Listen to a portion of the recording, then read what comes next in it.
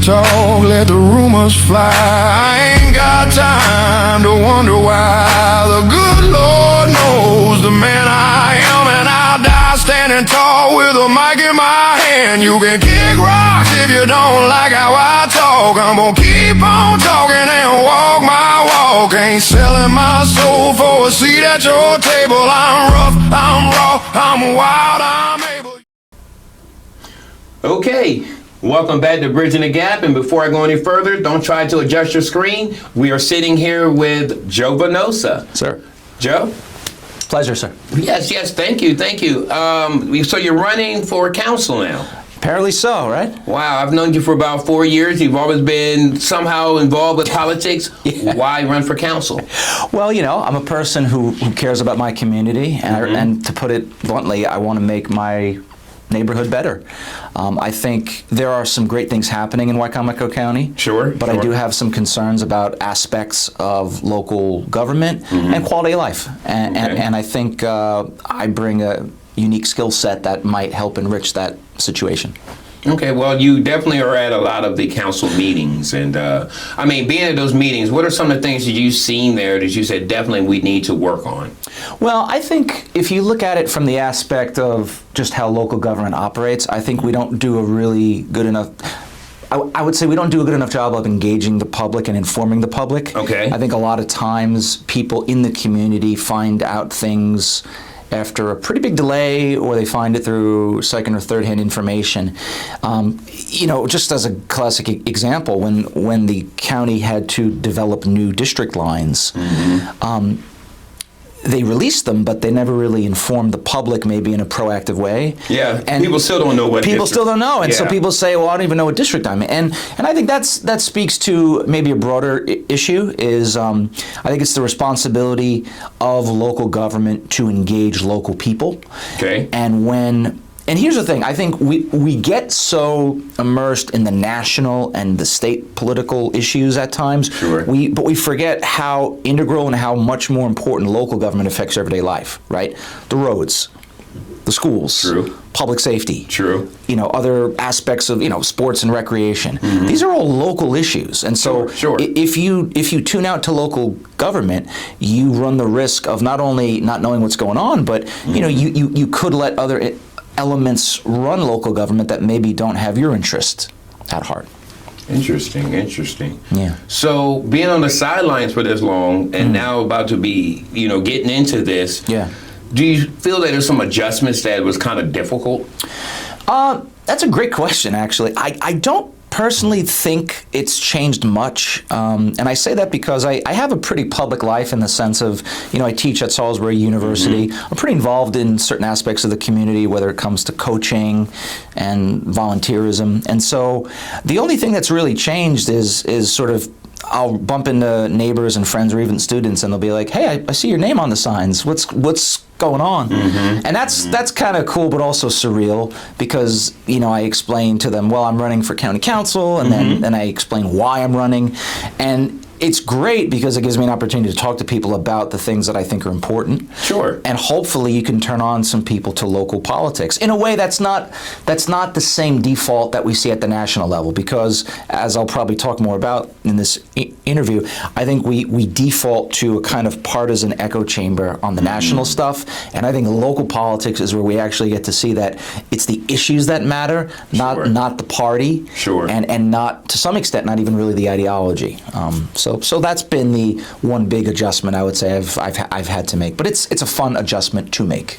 You know, I do agree with you. A lot of time we take our national feelings in politics and try to force the local audience to take part in that, and there's a lot of things that don't get done because of that. Yeah, and they're not relevant either, right? Like, there are a lot of issues that generally speaking have absolutely no relevance to life in Wicomico County, but for some people it becomes the defining issue.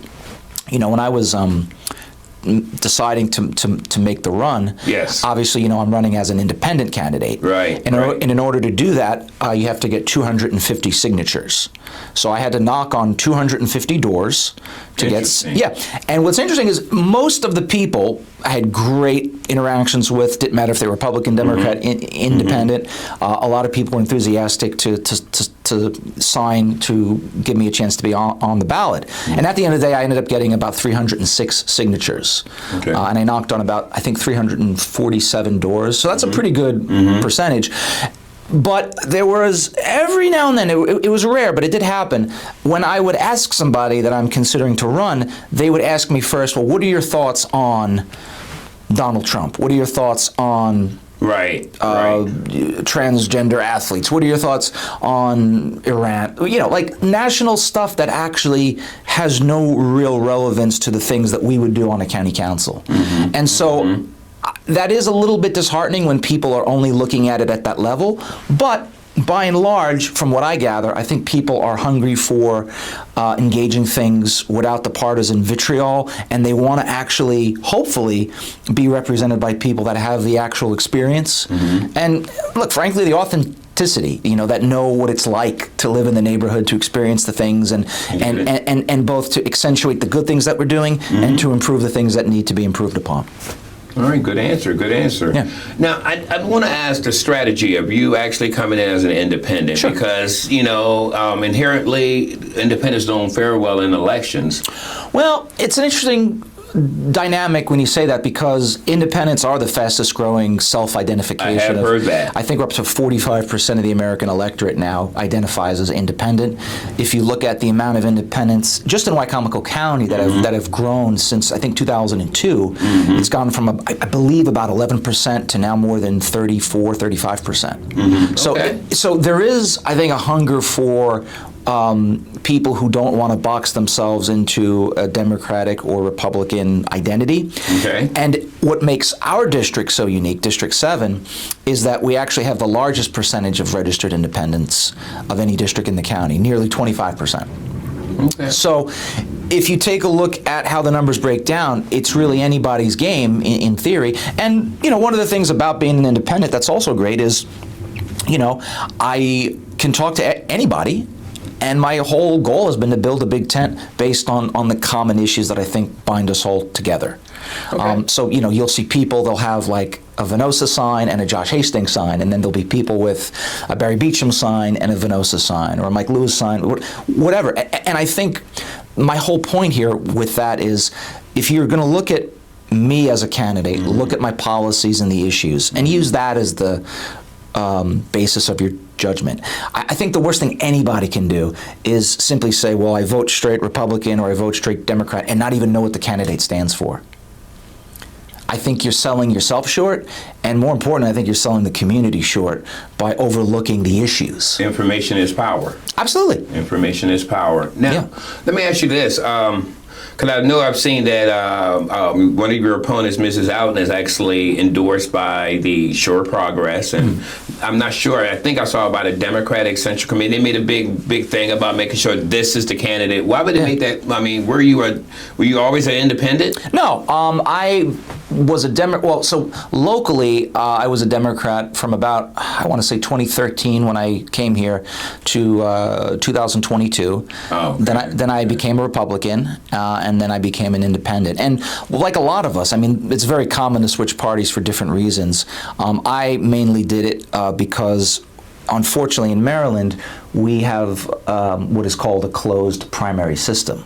And that basically means that you don't have a say in the nominee for a certain party unless you are a member of that party. Interesting. Right. So basically, my perspective was, if I have a concern about who's running in a primary, I have to be in the party to have a voice. So, and this was true, you know, when I lived in Ohio, people did this a lot of times too, because Ohio at the time was a swing state. So it was very common for people to change voter registration. I mean, my wife's been in the United States for 20 years, and she's been a citizen for 12. Awesome. And I think she's switched parties probably 4 times based on, you know, on the primary and her concern about who's running. So Okay, yeah. okay. So you're more about the person and not the party. Well, and the policies. And the policies. I mean, and again, what I would say to anybody, who's watching this, whether they are a Democrat or a Republican or independent, is I would compare the candidate's specific policies. I would compare my Democratic opponent, I would compare my Republican component, and then I would compare mine. And look, my perspective is I have specific detailed policies. If you look at the other two candidates, in my view, I don't think there's much that distinguishes them. I think they're kind of identical and they're very bland, in my opinion. And I encourage anybody running for office to have some specific policies so people know your intentions and know what your goals are.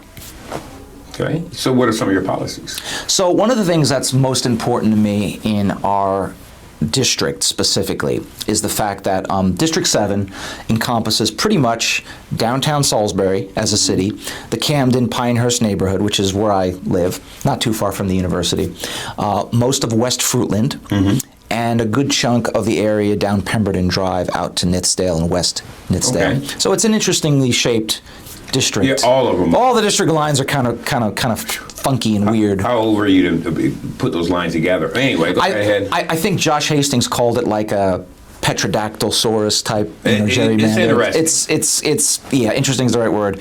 But my point with that is this. Most of the people that are in my district, District 7, are double taxed, because we live in Salisbury or we live in Fruitland. So we live in municipalities. And we pay a double tax because we pay what's called a piggyback tax, meaning we have to pay for both county and city services even though we only really get one.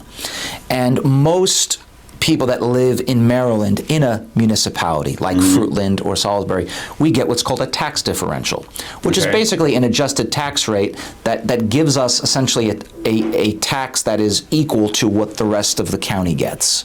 Because as it stands, we pay more than people, let's say, in a part of the county that is not in a municipality. Okay. So we're double taxed, and that becomes an affordability issue. A lot of people in my neighborhood, in my part of the county, are really struggling with affordability, whether it comes to paying rent or mortgage. Yeah, that's an issue everywhere. It is an issue everywhere, but imagine paying double your property taxes. On top of that, yeah. Believe me, I do. Yeah. So, and I don't know about you. I was born handsome, not rich. So that really, that's I'm X'd on both of them. But go ahead. No. I am too. Believe me. But no, it becomes an issue because you begin to see how it affects people having to make those decisions about what to buy at the store, what not to buy, and in my district too, and this is related to it as well. We have a lot of families.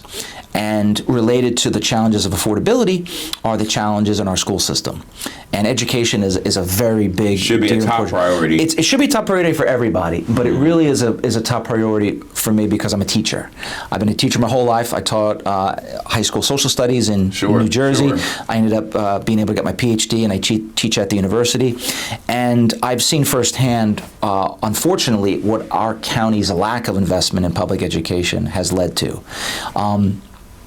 I have a son, Sanai, who's autistic, so he's a special needs student. And when he was enrolled at Pinehurst, we saw firsthand, even though the teachers did a phenomenal job and they really try to do as much as they can with what they have, we lack resources. We lack the staff. We have an overcrowding crisis. We have a lot of other students who not only have special needs, but many of them are not native English speakers. So the resources are very much stretched thin. Right. And it's tough because I talked to my sister Gina, who lives in New Jersey, and she's actually a special needs teacher. And she lives in a very well-funded area in terms of the public schools and the services, and talking about what they have for those kids, and not just for special needs kids, but for all kids. And comparing it to Icomico, it's very disheartening. And one of the hardest conversations I ever had is talking to my son's teacher a few years ago, where they basically said, I'm sorry that we can't offer him what he needs.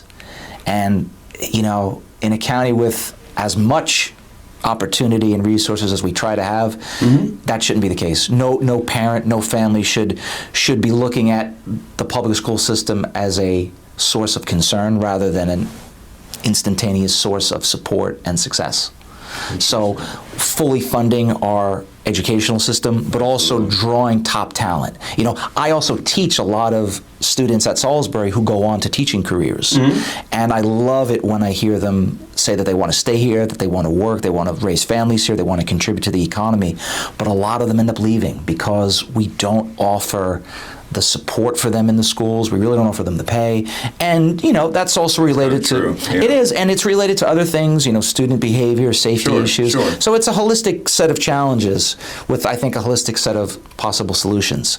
So education is a very big priority for me. When I first met you, I think you were more focused on the education back then. Yeah, I was particularly concerned about school board elections, but one of the things we all have to realize is, while the school board sets the policy in conjunction with the superintendent, the funding, and also the degree of county priority, it also comes from the council. I think there's been a perception among some that the council just approves the budget, which, okay, that's very true, but my point would be, A, we have to increase the budget on education for key priorities, and we also should have a direct role in it. In fact, I would love for all new council members to just have one day a month, if they can spare it, to volunteer in the schools. You work a day in the schools, you shadow a teacher, shadow a staff member. Listen, it's the same thing with people who have curiosity about law enforcement. You do ride-alongs. Sure. Same kind of thing. You have to, as much as possible, even though you can't fully be in that world, you have to try to be able to be in a position to empathize. Yeah, that's why I encourage anybody who's either running or elected to get involved with the homeless. Sure. Yeah. Because homelessness is something that we all have to be a part of. Absolutely. And being in my district, I see how the very, very fine line between barely making it and homelessness, it's everywhere. We are all one tragedy away from being there. And that's the thing, David, is when you begin to see how vulnerable we all are. And believe me, I have this fear a lot, being the father of a child, who is going to need some help probably for most of his life, the fear of what happens to my family if I get hit by a bus tomorrow. So, those are human things, and this is my honest view of it. We as council members have a duty to make some of those fears and those concerns lessened, and we can do that if we do policies that actually help regular people. That's why my slogan is for Wicomico's working families. Okay. Now, let me ask you this. What's the definition of the job description of a council person? Well, theoretically, a council person is part of the legislative branch of county government, right? Okay. So that is to say that you pass laws that you can either initiate or that may emanate from the executive branch. You obviously have to have a really good sense of the budget because you hold the purse strings, right, as that branch of government. Sure. You also, though, have a lot of responsibility in engaging the community. And what I mean by that is it's not just that you meet twice a month in the council chambers. That's the bare minimum. But you are also on commissions. You also serve in a whole variety of initiatives in the community. And so it is theoretically a part-time job, but as a friend of mine said, it takes full-time attention and full-time commitment. And I think the person who does it, regardless of whatever the party they are, whatever district, they really have to have, in my opinion, a intrinsic belief in what they do. You have to want to do those things. Right. You have to act. And for some people, it might not be a certain commission is the thing for them that's the most exciting. But for other people, Parks and Rec is something that draws them, or or for me, education, or for others, infrastructure. So I think if you are running, having that particular set of passions that you can put your skill set to, I think is one of the most important things. So again, we are the legislative branch. We operate in concert with the executive. We also have to deal with altering our county's policies and laws as regulations from the state come down and the federal government to some extent. But realistically, I would say it's the legislative branch with a fundamental responsibility for community outreach. Okay. Yeah. Okay. And of course, we're about to go to a break, but I just want to ask this question since you did bring the word executive in. Sure. Since the question A did not go through, which if question A went through, and correct me if I'm wrong, the council would then have came together, put their minds together, and got an administrator. Yeah. All right. But since that did not happen,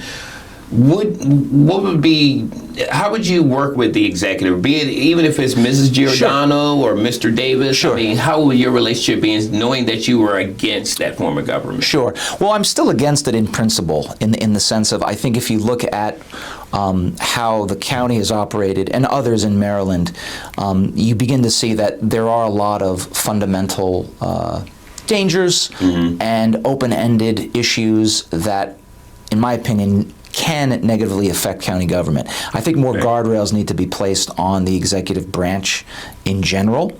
But yeah, you're absolutely right. The voters spoke, and 19,000 people said we should get rid of it. 23,000 said we should keep it. So that's the will of the voters.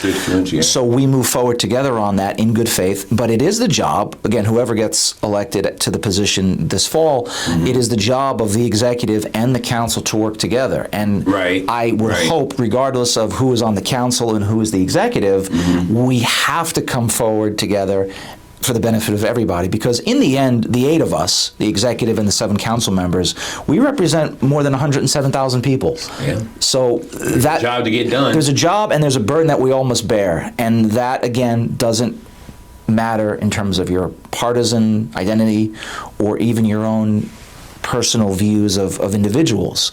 We have a higher calling to serve as far as public servants. The personal feelings aside. And listen, it's always hard to get past those things, but we all have to work toward that. And I'm certainly prepared to do that, and I hope the executive, whoever that might be, is willing to do that too, because we have to do it for everybody in the county. Awesome, awesome. Yeah. Okay, we're going to go ahead and take a break, and when we come back, we're actually going to go ahead and get into talking a little bit about that relationship and how that will look, okay? Great. All right, stay with us. We'll be right back.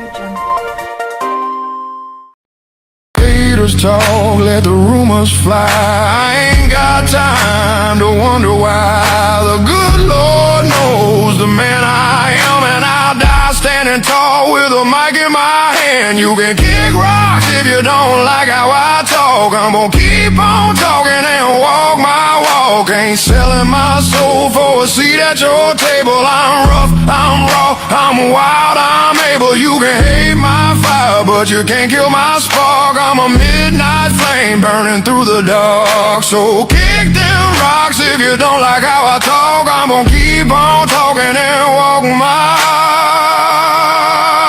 walk. You can kick rocks. You can kick rocks. You can kick rocks. I'm gonna keep on talking and walk my walk. All right, everybody. I'm David James. I'm actually from Tiffin, born and raised down here. I'm also bridging the gap, which anytime I get an opportunity, Matthew and Cameron and all the others, anytime we do something, I want to make sure everybody in this county knows about it. I'm very proud of seeing what has happened in this last 3.5 years, and what y'all are doing here is extraordinary. I do have a concern as I'm looking around the room right now. If you look around the room, probably the only dark skin when you see in here. However, the West Side does have all colors. Now, what's so great about here? I'm 50 years old. All right, born and raised on the Tiffin Road. What was so great and what kept everybody together was love. And this place still has it. However, for some reason, there's been a separation. Well, I was talking to my wife, and I don't like to put my foot in my mouth and say I want to do something without the net telling them, hey, you can do it. So I want to extend whatever we can do to help to try to integrate it more. Get people, because I know when we get out here on the Christmas dinner, you got everybody here. You bring food in, everybody and their mama. But I really want to see this happen, because here's a great thing. The more of us, the more the county will see that they need this. You know? Now I know we've got Councilman Wynn here, we've got Bunky here, and some other people from the county may be here. I know we've got a county attorney here. But see, the thing is each and every one of us invested. So the James family wants to be invested, and I just want to let you know that. Amazing. Here's my last fact of the day. We started Bridging the Gap on PAC 14 as a local producer 1 year ago this month. And our very first guest was Julie Giordano. Look at that. And So here we are a here year we later. are. Yes. Yes. Well, I just want to say thank you to you two. I think you put out a quality product. You search for the truth. You don't create narrative. You don't just invent things, for, to create shows. Like, you really seek out, the information, and you go to the source, and I really appreciate that. Thank you. You might see that clip in a lot of different spots. I appreciate that. Seriously. Yeah. Well, Man, I am, and I'll die standing tall with a mic in my hand. You can kick rocks if you don't like how I talk. I'm gonna keep on talking and walk my walk. Ain't sell- Okay, welcome back. We're here with Joe Venosa, who is running in District 7. Yes. Now, we want to talk about the fact, again, you are a host of another show here at PAC 14. Yeah. And it's a show that you deal with government and government issues. Sure. Now, of course, anyone who's seen it would probably say that you're a little bit more, you scrutinize a little bit what's going on within the executive's office. Let me ask you this. If elected, how would you be able to change that scrutiny over to collaboration? Well, scrutiny and collaboration are not mutually exclusive. In fact, as a teacher, that's actually one of the things you teach your students. Okay. So being a good critic theoretically helps improve and enrich anybody's experience. It's like when I grade a student's essay. Me grading them and scrutinizing it doesn't mean I don't like the student or I don't even support or not support the argument. It means you want to improve it. Now, when it comes to the specifics of being in office, if it's this current county executive or someone else, fundamentally, as part of the legislative branch, we serve as both a check on the executive, but we do also serve as a collaborator on things that are important. And if you get past a lot of the rhetoric and a lot of the personalities, maybe historically in this county, you'll see that a lot of the actual priorities of the executive and of the council are usually not that far off. There might be some nuance to it, but generally they're in full accord, which explains why every year the budget is passed and why legislation is All the used. things they agree upon is not good for media because nobody wants to cover that. Well, it's like the old expression: if it bleeds, it leads. And that's the thing. Nobody likes. I don't want to say nobody likes, but people that are looking for the more sensational coverage like to search for conflict. And I think, and again, in my role in other local media, that hat that I wear is to both inform and scrutinize local government. But as you also know, that applies to the city of Salisbury. That applies. I mean, this is the thing. We both had to do this. Absolutely, yeah. And that's been a great thing too in getting me to better understand the minutia of local government and the issues. Because again, they're not really inherently partisan. And as you know, the issues of the city affect the county and vice versa. And thank you. And I want to ask you the same kind of a similar question that I was talking to Councilwoman Shields about, who's also against the executive form of government. Yeah, right. She also served on the city council for 10 and a half years. Yeah, she did. The question I had for her is kind of similar to yours. She had to deal with a mayor. And she had to work with a mayor. Sure. And I know that you worked. I mean, you worked with Mayor Taylor as far as talking to him. And, I generally talk to everybody. Right. Yeah. I mean, but you seem to be more agreeing to what he does than against it. It seems to be. Well, I think it depends on the issue. I was very much against, am very much against his current approach to getting rid of collective bargaining for first responders. I think that's a terrible idea for a lot of reasons, and I've been publicly against it. I was against his getting rid of the Pride crosswalk because I thought he was kind of creating division when he didn't have to. But to your point, I did support his general approach to ending the tax corporate giveaways to certain developers. And so, in the over grab, if you will, or how would I say that, of a certain council person there, you were kind of, Yeah, and I think this is kind of to your point, or at least what I think it is that, if you can agree with somebody even 40% of the time, why wouldn't you focus on that 40%? Rather than bicker over the 60. Or maybe you agree with somebody 90% of the time. Sure. Great example, Josh Hastings, who's one of actually he is my current representative. He's a Democrat. Jeff Merritt, all right, he's a Republican. He's also technically, he's representing the new District 7 as well, but he was elected for the old District 2. Sure. One's Republican, one's a Democrat. They have things that I may agree with on certain things and may disagree on others, but they are always willing to reach out, send a message, email, phone call.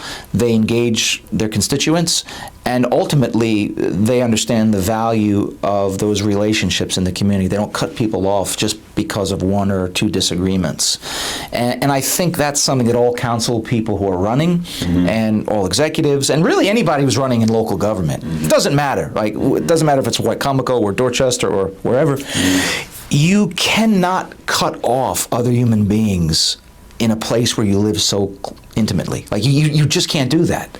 It's not only that it's just bad politics and it's not good government, it's just a bad human thing to do. You know, it's like I was explaining to somebody when we were talking about the collective bargaining thing at the city. I said, you know, when somebody calls the fire department, because God forbid their house is on fire, or they've been robbed and they're calling police, you don't care in that moment the party identity of that first responder who comes to help you. And you probably don't care what their own personal thoughts on others. You know, your concern is the issue at hand. And I think being a good neighbor, being a good friend, means that you try to find the important commonalities that make us all human and that we care about, and then you build from that. So even with the current executive, who I've been a pretty big critic of, I'm more than willing to work with her on the things that I think we both agree with for county life, because there are things she's done policy-wise that I think are good ideas, and there's things I think aren't. But we have to focus on the things that are for the greater good.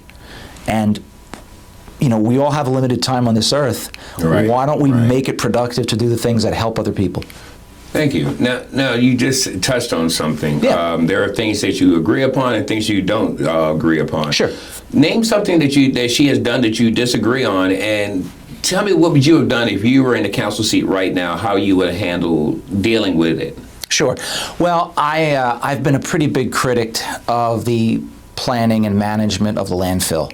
I think there were numerous missed opportunities over the past few years to address Cell 7 and to adequately plan for it. And I think that the drama we had last year with the landfill closure and the tipping fee bickering that happened, I think that was a manifestation of a really poor policy plan. And I hope in the future moving forward that there is more attentiveness to those issues. That being said, I've generally been supportive of her recent measures to promote school safety. I think the tiered system, even though I wish we didn't live in a world where we have to turn our schools, and that's a broader philosophical kind of talk.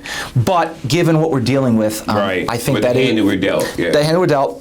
That is the way to go. I am glad that she is finally prioritizing Fruitland primary. That is good. That needs to be done. And so those are things that, again, you know, irrespective of how I might feel personally about somebody, those policies are, in my opinion, good. And those are the things we should focus on. Okay, thank you. Yeah. Now, some voters may worry about the ongoing tension that goes on, and thinking that it might slow down if there are those that are, you know, and again, this is if Ms. Giordano wins. Sure. But it's with anybody. But as far as those tensions, what reassurance can you give the people that your political differences would put aside for the greater good of Wicomico? Well, there's a couple of things that I can say. One is that if you've known me long enough, you know that I'm pretty clear and open about my views on topics. And I think it's important because you need to show people where you're coming from. And then the issue becomes, what does the other party do with that? And generally speaking, the executive is pretty open about her views too. You know, maybe it's because we both. It's nothing quiet about our executive. Well, you know, she definitely lets you know something. We both have vowels at the end of our name. I don't know if she's ethnically Italian like me, but it certainly comes across. And for that matter, the sheriff kind of comes across like that too. But you know, I think there's value in people that let you know where they're coming from. Sure. And I think one of the things that you do when you're direct is that actually clears the path for eventually when you have to get in there and do the negotiation and the wheeling and dealing on policy. Now, I can only control what I can do. I can only control what Joe Venosa wants to do. You got 6 other people on that council and the executive. And again, might be Julie Giordano, might be Ernie Davis. So there's no guarantee that there will be a kumbaya moment. And in fact, I don't think there's any kind Not of... in government. Well, and this is the thing. Even in other counties with executive and legislative, you don't have that. And even in counties without an executive, you don't have it. You have council members who might disagree. As long as you have Republican and Democrat, they're not going to... That's one thing they will agree upon, that they're not going to agree. Yeah, but to your point, I think you find that on the things that you value, and maybe there is a common good that most people value, I think they do work in concert together. I mean, again, you know, the city government and we have a mayor and at least 3 council people of different parties. They have a consensus on some things, and they move forward on that. So I think there's a lot of good things we can do. We shouldn't shy away from having frank conversations. We shouldn't just go along to get along if the issues are important enough to engage in. But we also shouldn't bicker in a way like, and I'm just as guilty of this in the past too, of maybe taking our frustrations to social media or other realms of the public. But I have really worked hard on that over the last year and a half to be not just more measured, but maybe to engage in a different way. I hope the executive begins to do that, and I hope other people begin to do that, because like in the end, we're all human. We're all emotional creatures. Yeah. Especially if you're a guy from New York like me. There's people in general. People in general. And so we have to try to be the best version of ourselves. And are we going to always succeed in that? No. But if we care about our neighbors, if we want to make the community better, we have to try. And that's like ultimately to me, that's why I'm running it. And this is win-win. And this is and again, this is win-win for me because whether I win or lose, I get to talk about the issues that I think are important. Right. And I'm still going to be a guy who's trying to help make life in his neighborhood better, regardless. I just feel like at the local level of council, we can do that in a more effective way. You just brought up something. You said you will be verbal on how you feel. My question is, if you win, I don't know if any council person actually still has a show that's still critical of the executive. Would you still be doing that? I would not do that in my capacity as an elected official, because I think in that realm you would be not necessarily a conflict of interest, but because I'm in government doing that particular job, the time, the energy, the focus is there. But I do hope that the show continues on in a different iteration, and I hope other people pick up the mantle of that. Because there's always going to be city and county issues that need to be scrutinized. And look, I hope other people create shows that also begin to examine local government, because we don't really have a local media infrastructure that does it anymore.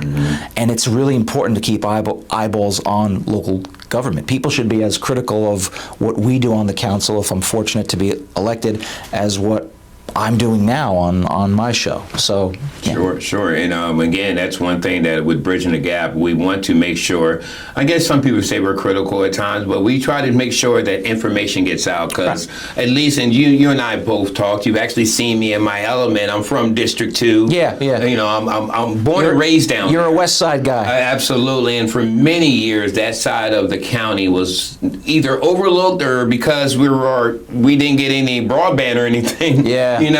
So, but it's very important to keep people informed. Yeah. It really is. Right. But again, one thing that I can say that within this last 4 years that concerned me as being someone not only in the realm of, talking to those that are elected, but being on that side is the DAF tanks. Oh, yeah. How many times have they gotten to actually addressed? I mean, we fought a lot on things from hiring of department heads to even questionnaire. Everything went on, but I still had not seen the DAF tanks addressed. Right. And this is really, I think, one of the things that anybody who's watching this needs to think about is ask yourself the question of, okay, whoever you vote for, or you do, let's say you vote for them and that person gets elected, what are they actually doing now that they're in office? Because one of the things that I've been motivated by in order to run is that a lot of people tend to want to run because they use the office as a stepping stone for something else, rather than an instrument to actually improve local life. How about that? So if the DAF tank has not been solved in 8, 9, 10 years, if the education resources have stagnated, if we have all these job vacancies in critical county offices, something is going on that our local officials are clearly enabling, and that is inaction. and that can be a real concern when our local government has such a responsibility for the things that we rely them on. Sure. So anybody who you are going to consider voting for, I believe you have to look at what are they actually doing in its regard to your day-to-day life and to the county resources. Because if you're just looking to go to Annapolis, or you're just looking to be a party person and represent the party line, or whatever, I think you're missing the mark. And you know, and this, and we're about to wrap this up here, Yeah. but you just brought up a good point. As I was interviewing the sheriff the other day, Yeah. he actually made me more aware of why he does need to not only be in Wycomico. Yeah. Because there are other things that does pertain to, Yeah. lifestyle here that he has to Sure. do else. Now, I do know in the past you were kind of critical of the executive leaving out of Wycomico or taking her and Bunky going together. Yeah. My question is, do you still feel that same way? And if so, do you think there's any time that you as a councilman, because I know Councilman John Cannon, Yeah. there's times he has to go to Annapolis to testify. Sure, sure. Do you still feel that the executive should not be in Annapolis, or do you feel like there's times that you do need to do it? I think anytime you feel the need to testify on a bill or to advocate for an actual policy that affects our county, you should go up. Absolutely. And I've gone up myself in the past, even back when I was a faculty member, to testify on collective bargaining rights. Yeah. So citizens, elected officials, be they county executive, council person, they should always do that. My big criticism is for any official, whether it's this executive or others, who go up to fundraisers, to party galas, to social events that, in my opinion, have nothing to do with the running of our government or to the welfare of our citizens. That's a different issue. If you've got to go up to Annapolis because there's actual specific things that you need to testify on and advocate for, and you're in Annapolis, you're in the capital, I support that, because those are things that you are helping hopefully address for the people here. Right. I think when it goes beyond to fundraising, when it goes to lobbying and other capacities, I don't think that's the most productive use of our tax dollars, and I certainly don't think a full executive staff needs to go. There were several moments in the past where it might not just be the executive, but it would be several members of the executive staff who are there. And as I watch that on TV, I wonder, well, who's running the county while they're up there? Right. And so what I mean is, and I don't mean that as a criticism of this executive or anybody else, but what I'm saying is I think we have to be intentional in what we spend our time and resources in Annapolis with. And thank you. That is very true. We got to hold everybody that we elect accountable. And our state delegation matters too in that, right? Right. Now, the reason why I asked, the reason why I'm saying that part is, again, when talking to the sheriff, it made me understand a lot more. As an elected official, you don't have a clock in, be here, and it's like being a teacher. There's not a set start and end time. I didn't know that either. Oh yeah. But the sheriff made a comment that there's times he had to go to the border. Sure. Well. And he said if people had a problem with that, this is something that does affect back here now. So that'd be kind of the same situation, wouldn't it? Well, I don't know if any council person or executive is going to the border. and look, and look, full disclosure, there are things I disagree with the sheriff on in some capacity. Mm-hmm. And that's a broader issue at the national level that I think we probably are not going to solve here. Mm-hmm. But part of it is also the mindset of any local official is what they want to do. Some people really want to go to Annapolis because they like being in the mix of it. Mm-hmm. The sheriff might for him the border is a big concern.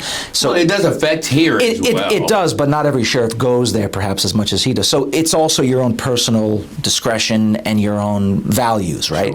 Sure. So to some extent this is a subjective focus. Sure. But I do think that we have to work in Wycomico County. We have to work in concert with our local Wycomico first, but also our Eastern Shore delegation has to be working with us for our interests, whether they're things you want to advocate for or protect against.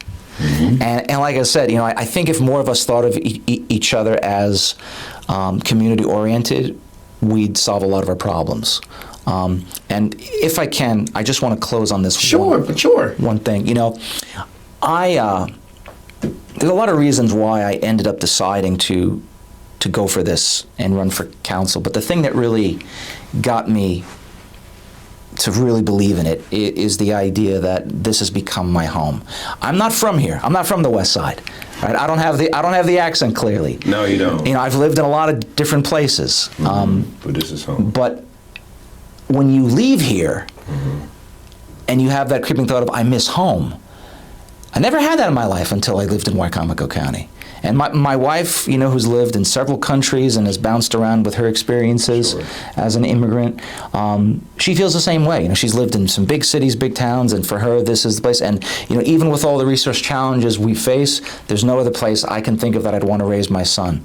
I like the fact that in our neighborhood, I know who my neighbors are.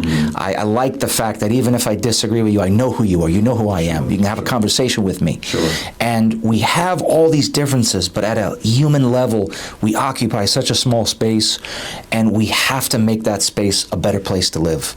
And I encourage anybody who is observing local government, ask yourself that one question. How do we achieve practical things that can improve the lives of our neighborhoods? Not pie-in-the-sky stuff, not stuff that involves Washington politics or Annapolis politics, because we can't control that. Right. I'm talking about local life in Wicomico County. That, in my opinion, should be the basis of how you choose the people you vote for. So, thanks for giving me the chance. Man, good ending. All I got left to say is thank you for being here. Thank you for having me. I appreciate it. Thank you again. Yeah. Again, this has been Bridging the Gap. This is Joe Venosa running in District 7. Thank you. We'll be talking to you soon. Take care.